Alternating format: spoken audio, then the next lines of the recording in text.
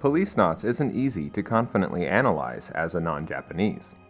After all, the main story is styled after a Japanese myth called Urashima Taro, and the society it depicts is based on the shogunate, or imperial house, in Japanese history called Tokugawa, after Ieyasu Tokugawa, the warlord who brought an end to the Sengoku, or warring states era, of feudal Japan and unified it into a nation.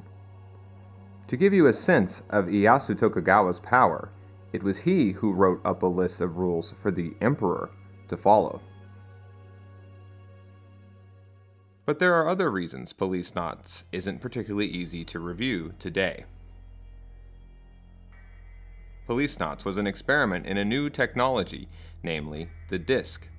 Policenauts reflected its era of creation.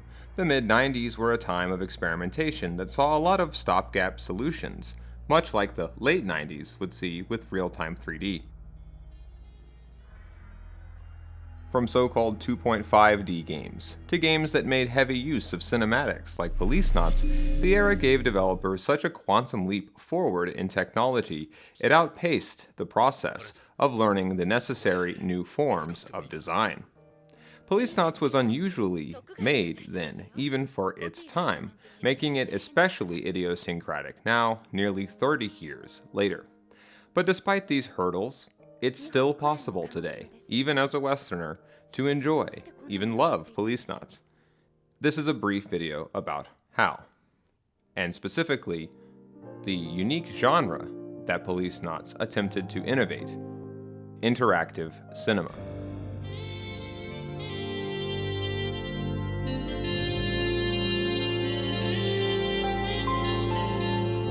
Policenauts special for melding together two forms that should be mutually exclusive, much like Metal Gear Solid is. Combining high Hollywood production values with the Japanese microgenre visual novels and Western adventure games with some arcade-style gunplay for good measure. This remains fascinating about Policenauts today. It represents the exact same kind of hybridization that would inform not only Metal Gear Solid, but Hideo Kojima's work in the present day. 本日は当 ASL のスペースプレーンをご利用いただきまして誠にありがとうございます。またのご利用をお待ちしております。まもなくビヨンド宇宙港に接岸します。Policenauts used its hardware advancements and constraints to boldly rethink the questions of player, choice, and consequence in visual novel or adventure game-related genres. Today, this relationship's typically thought of as one of cause and effect. In the recent instant classic RPG, Outer Worlds, for example, at various points you have to weigh in on one side of a faction dispute over the other. Just like back in Fallout New Vegas, whichever one you pick will determine what mission you finish, and in turn, there are consequences, effects, set into play for later on. Reputation for a given faction will go up, while points from the other will go down. Policenauts is from a time when such fully realized formal systems were, of course, impossible. 3D open-world games did not yet exist. In fact, when Policenauts was being made, even just 3D in real time was still mainly the purview of arcades.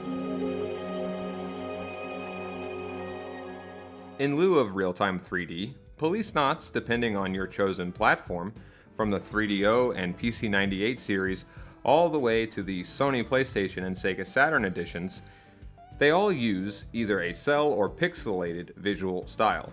And in either case, the point is that gameplay and cutscenes will share a unified look. There's a fusion, so to speak, that becomes seamless between interactivity and cinematics. In the early to mid-90s, in the pre-Metal Gear Solid era, this would have been somewhat unorthodox, both in PC and console games. Starting roughly around the game's 1994 debut, high-quality pre-rendered CGI became the standard go-to for important story scenes, with in-game rendering done as necessary and as little as possible during gameplay. Policenauts' concept of interactive cinematic action becomes clear here by presenting the perfect integration between gameplay and pre-rendered cutscenes, if only aesthetically. like movie magic or special effects.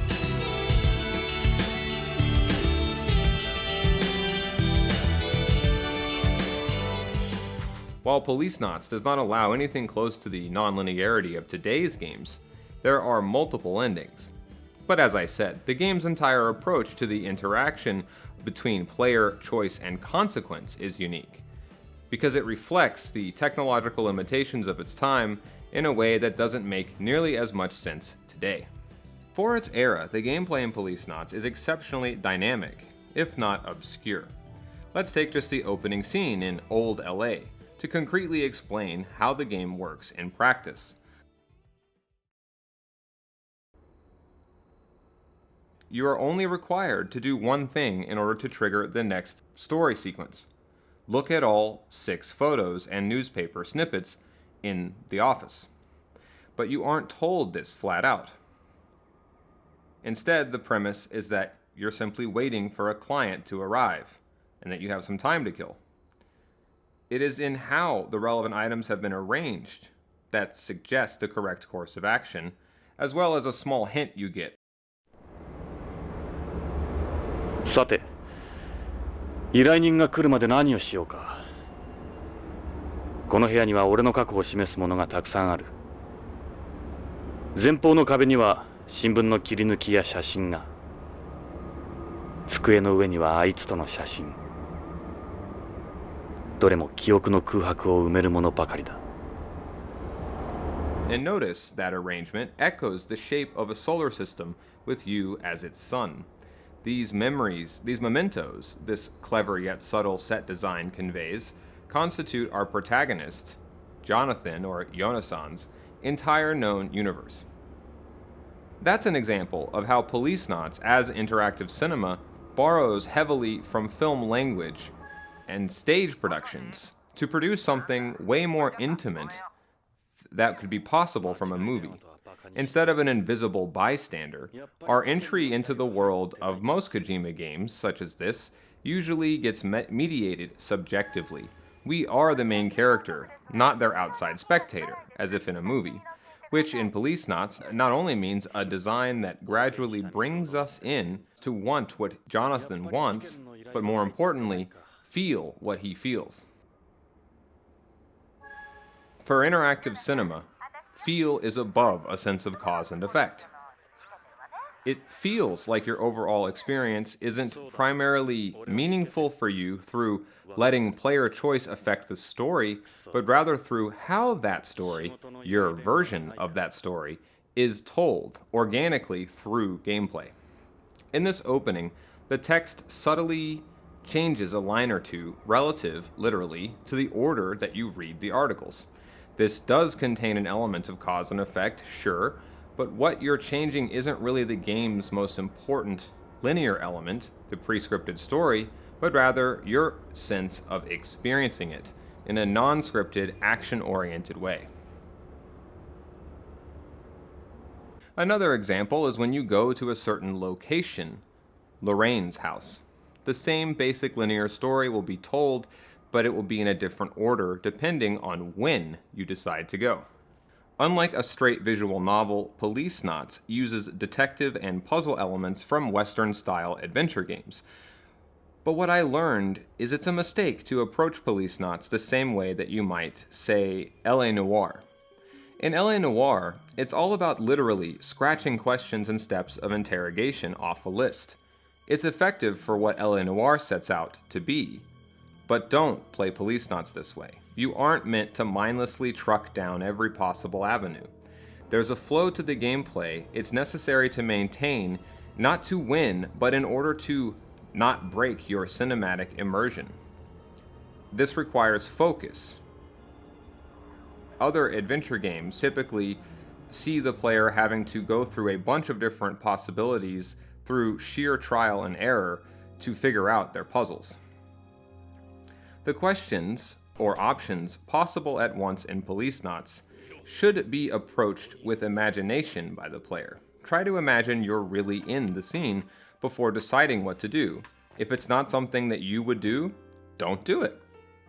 When I started to play like this, it made everything click better for me. and it finally started to make sense of the interactive cinema concept. Policenauts wants not only your logical problem-solving side, but your entire brain and heart to be active while playing. Don't get me wrong, there are many sections where it's one specific task you have to perform to move forward. But if you feel immersed in the story rather than merely playing Policenauts to beat it, it will rarely be the case that you have no idea how to progress. And usually trying to leave an area enough times will get Ed, your partner, to hint towards the piece of information that you need before going forward. The game rallies against the medical-industrial complex while combining Kubrickian and buddy cop action, high art with low brow. Like all Kojima games, Policenauts is one of many paradoxes, but if you can allow yourself to enter its world and entertain its idea of interactive cinema, you'll discover a game with a lot of heart, intimacy, humor, and love to share.